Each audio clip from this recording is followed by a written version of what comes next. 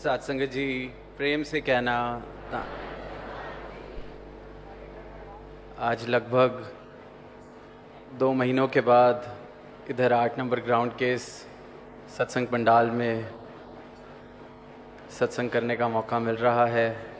आप सबके दर्शन करने का मौका मिल रहा है। और इस दौरान जहां पंजाब, जम्मू कश्मीर भी जाने का मौका मिला, उसके बाद भक्ति पर्व का भी समागम आया। और फिर ये जो कल्याण यात्रा जिसका जिक्र हो रहा था, जो राजस्थान से शुरू होती हुई इलाहाबाद में जिसका आखिरी पड़ाव, खैर वो अगली यात्रा की शुरुआत ही थी, क्योंकि वहाँ हजूर ने सेवाओं का आरंभ किया अपने कर कमलों द्वारा।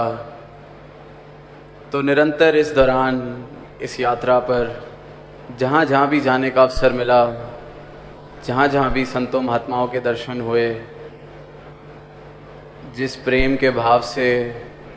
जिस श्रद्धा के भाव से, जिस भक्ति के भाव से वहाँ संतों ने अपने भावों को प्रदर्शित किया, वो एक नज़ारा,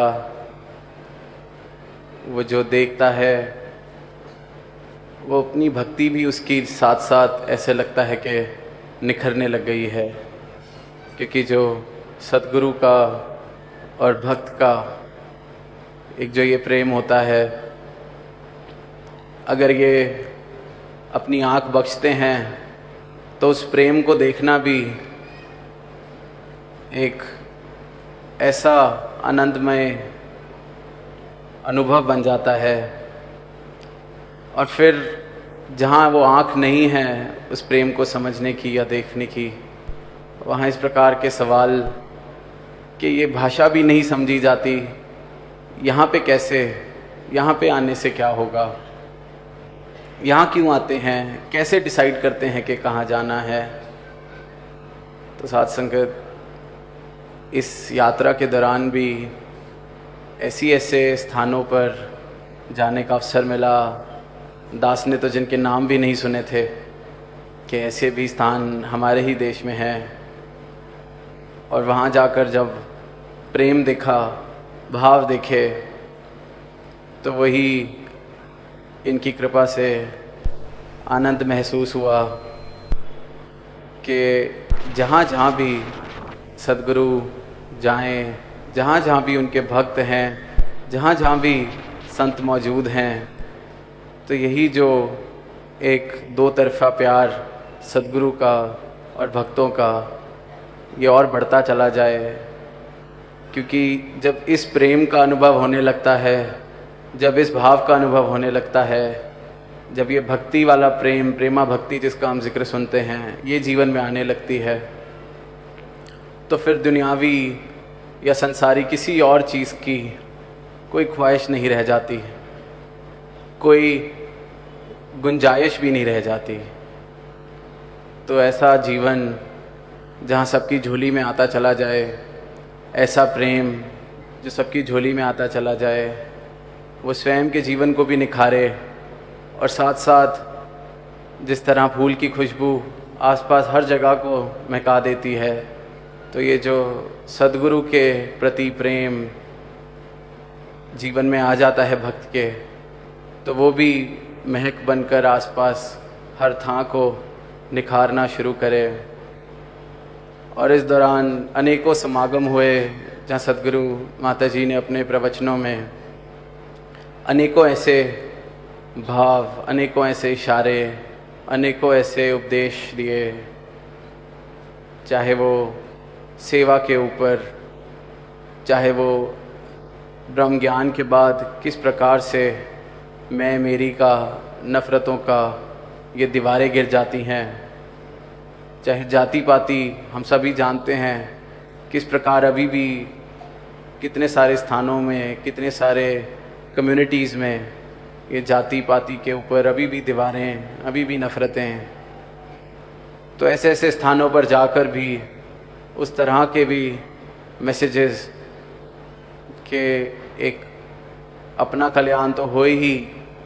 लेकिन साथ साथ समाज का कल्याण भी वो गुरसिक करता चला जाए। सदगुरु माता जी ने सेवा के ऊपर जब बात की तो एक कहानी के द्वारा इस तरफ इशारा किया कि कहीं मेरा जो सेवा का भाव है वो सिर्फ इसीलिए तो नहीं कि मेरा नाम रोशन हो जाए इसलिए मैं सेवा कर रहा हूँ। चेतनता के ऊपर बात की तो वो भी कहा गया कि जब इस ब्रह्म ज्ञान से मैं जब जुड़ जाता हूँ तो एक चेतनता, इस चेतन सत्ता के साथ जब मैं जुड़ा हुआ हूँ तो मेरा जीवन भी फिर चेतनता से, मेरा हर कदम चेतनता के साथ, मेरा हर डिसीजन, हर चॉइस उस चेतनता के साथ। तो मन में भाव इसी प्रकार आ रहे थे कि ये सदगुरु के प्रवचन तो निरंतर हमें गाइड कर रहे हैं, हमें निरंतर परमात्मा का एहसास करा रहे हैं, निरंतर हमारी भक्ति को निखार रहे हैं। पर इंसान जो इससे वंचित है उसका जीवन भी हम देखते हैं, पर उस जीवन को देखने से पहले मन में भाव यही आता है कि जो दात हमारे जीवन में है क्या वो पूरी तरह से हमारे जीवन में उतर गई है, या हमने इस दात को भी अपनी मैं को बचाने के लिए एक ढाल सा बना लिया है, या मेरी चालाकी ने इस ब्रह्म ज्ञान को भी मुझे और चालाक करने में, मेरे अहंकार को और बढ़ाने में अपना साथ मैंने इसको बना लिया है। अक्सर किसी को बोलते हुए सुनते हैं कि मैं तो ऐसा ही हूँ, मुझसे ना उम्मीद करी जाए कि मैं बदल सकता हूँ, मैं तो ऐसा ही हूँ। ये संसार में अक्सर सुनने को मिलता है। पर एक बार किसी महापुरुष से सुनने को मिला कि मैं तो ऐसा ही हूँ, मुझसे ना उम्मीद करी जाए कि मैं बदलूँगा। यहाँ तक तो बात ठीक थी क्योंकि संसार ठीक है, संसार में हम विचरते हैं, संसार का हम पे रंग चढ़ता है। पर जो अगली लाइन थी उसके बाद दास को लगा कि जिसने तो इस मैं को ख़त्म करना था उसको तो हमने इस मैं को बचाने के लिए ढाल बना लिया है। अगली लाइन जो निकली वो ये थी कि मैं तो ऐसा ही हूँ, मुझसे ना उम्मीद की जाए कि मैं बदलूँगा, मुझे तो निरंकार ने ऐसा ही बनाया है। अब साथ संगत, जब निरंकार की ढाल मैंने लगा ली अपनी मैं के आगे तो फिर बचने का क्या उपयोग, इससे अच्छी, इससे पक्की ढाल तो मिल ही नहीं सकती। जहाँ इस निरंकार को पाके मैंने अपनी मैं को ख़त्म करना था, क्योंकि निरंकार तो हम सब में एक जैसा है। सदगुरु ने यही ज्ञान देके सारे फ़र्क मिटाए हैं कि ये जो हर चीज़ का सोर्स है, स्रोत है, उसी के अंश तुम हो। तो जो प्रेम निरंकार से बहता है वही इसके बोध से, इसके ज्ञान से हमारे जीवन में उतरना चाहिए। तो जिस मैं को हटाना था, जैसे जब ज्ञान मिलता है तो बताते हैं कि ये दृष्टमान माया है, बाकी कुछ नहीं रहना यार, यही है सब कुछ जिसनू कहंदे ने निरंकार। तो मेरे अंदर भी तो जो मैंने परतें चढ़ाई हुई हैं दुनिया की, समाज की, शिष्टाचार की, उसको भी तो इस ज्ञान ने हटाना था। पर मैंने उसको तो वैसे का वैसा ही बने रहने दिया और साथ में एक परत ऊपर से और चढ़ा ली। ज्ञान जीवन में बसा तो नहीं, समझ तो नहीं आया, बोध तो नहीं हुआ, पर जो शब्द सीखे उसको अपने इस्तेमाल में लगा लिया कि मैं तो ऐसा ही हूँ, मुझे निरंकार ने ऐसा ही बनाया है।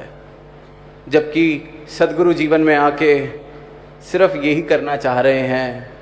कि निरंकार ने जैसा बनाया है तुम वैसे हो जाओ, तुम जैसे बन गए हो उसको छोड़ दो, यही धर्म है, यही भक्ति है। पर हम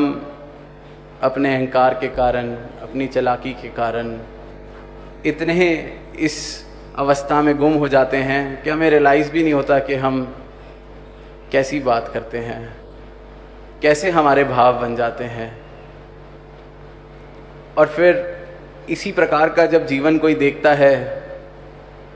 तो वो यही सोचता होगा कि इससे बेहतर तो वो पहली वाली अवस्था थी कि मैं तो ऐसा ही हूँ। निरंकार को ना जोड़ा जाता इस चीज़ के अंदर तो फिर भी सुधार की अवस्था थी, सुधार की पॉसिबिलिटी थी, संभावना थी। पर निरंकार को जोड़ के तो मैंने अपना अहंकार और प्रबल कर लिया कि मैं ऐसा ही हूँ और ऊपर से मुझे इस परमात्मा का ज्ञान भी है।